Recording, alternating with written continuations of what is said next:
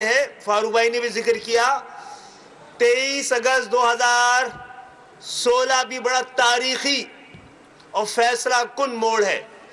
इस वक्त यहाँ पर पाकिस्तान जिंदाबाद के नारे पर यकीन रखने वाले तमाम लोग बैठे हुए हैं। पाकिस्तान को जिंदा रखना चाहते हैं, मजबूत रखना चाहते हैं, और वो हमने पाकिस्तान मुर्दाबाद के नारे को लगाने वाले को दोनों को उस तारीख को मुस्तरद किया है। हम बार बार वजाहतें पेश नहीं करेंगे, हमने करके दिखाया है इस 5 साल में तमाम तर मुश्किलात के बावजूद। और हाँ, ऐसा बाब उस वक्त इसलिए कहीं से आपको ये आवाजें आ रही हैं कि 2018 को होने वाले इंतखाबात में धांधली के जरिए जो एमक्यूएम को हराया गया है, अगर कराची के अवाम के मैंडेट का इजहार नताइज से होता तो पाकिस्तान मुर्दाबाद के नारे पर हमेशा के लिए दरवाजे बंद हो चुके होते सियासत के। ऐसा कोई कर रहा है और गलत फहमी भी कर रहा है। जो भी पाकिस्तान जिंदाबाद के नारे के साथ और पाकिस्तान मुर्दाबाद के नारे के खिलाफ है, उसको हमारी सफ़ों में खुश आमदीद हम हमेशा कहते रहेंगे।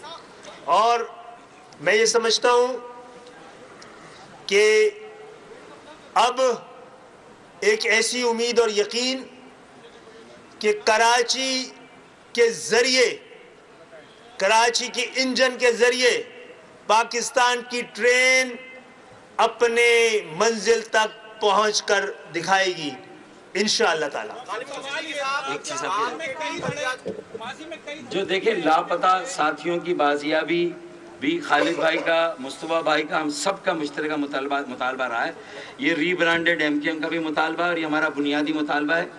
गवर्नर सिंध कामरान टिसूरी भाई की खिदमत को भी हम सब सराहते हैं और उनके खिलाफ भी मुझे लगता है कि मुझे नहीं पता, तहकीकात होगी तो पता चलेगा, वो शदीद अलील हैं, बहुत बीमार है।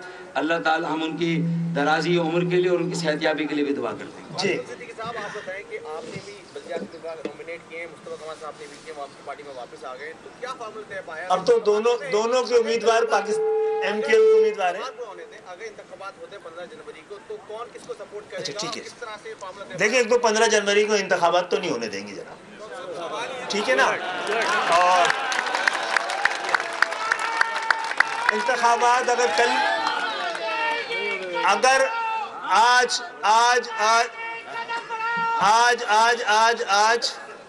आज रात को भी डिलिमिटेशन को सही कर देंगे तो कल परसों इलेक्शन लड़ लेंगे, कल इलेक्शन लड़ लेंगे, 14 को 15 को लड़ लेंगे, वरना फिर लड़ेंगे और अपने हक के लिए लड़ेंगे, अपनी शनाख्त के लिए लड़ेंगे, अपनी नुमाइंदगी के लिए लड़ेंगे।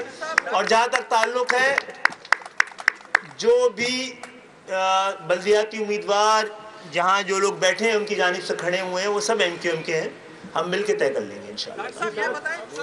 आपको बात तो नहीं बस